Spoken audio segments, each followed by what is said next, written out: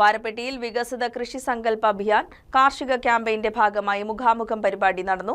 കാർഷിക മേഖലയിലെ വികസന നവീകരണ പ്രവർത്തനങ്ങളുടെ പ്രോത്സാഹനം ലക്ഷ്യമിട്ട് കേന്ദ്ര സർക്കാർ CMFRIയുടെ കീഴിൽ പ്രവർത്തിക്കുന്ന എറണാകുളം കൃഷി വിജ്ഞാൻ കേന്ദ്രയിലൂടെ നടപ്പിലാക്കുന്ന വികസിത കൃഷി സങ്കല്പ അഭിയാൻ കാർഷിക ക്യാമ്പയിന്റെ ഭാഗമായി കർഷക ശാസ്ത്രജ്ഞ മുഖാമുഖം പരിപാടിയാണ് നടത്തിയത്.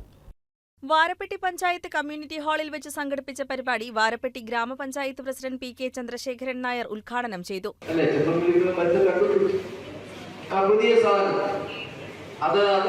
സത്യം പറഞ്ഞതിന് ഏറ്റവും ആദ്യം കണ്ടുപിടിക്കാതാണ് പുതിയ സാധനം കണ്ടുപിടിച്ചിട്ട് പറഞ്ഞതിലും സന്തോഷം. നമ്മൾ തെങ്ങ് തന്നെ കൃഷി ഇവിടെ വേണ്ടാന്ന് വെച്ചാൽ തെങ്ങെന്ന് പറയുമ്പോഴത്തേക്ക് ഞങ്ങൾക്ക് ഓടുക.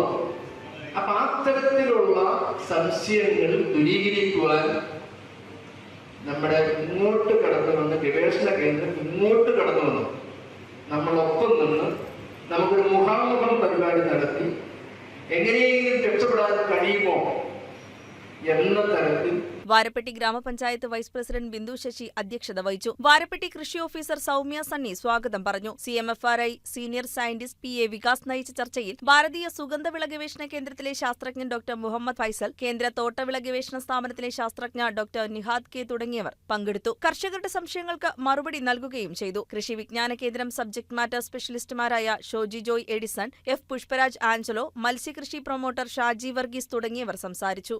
News desk KCV news.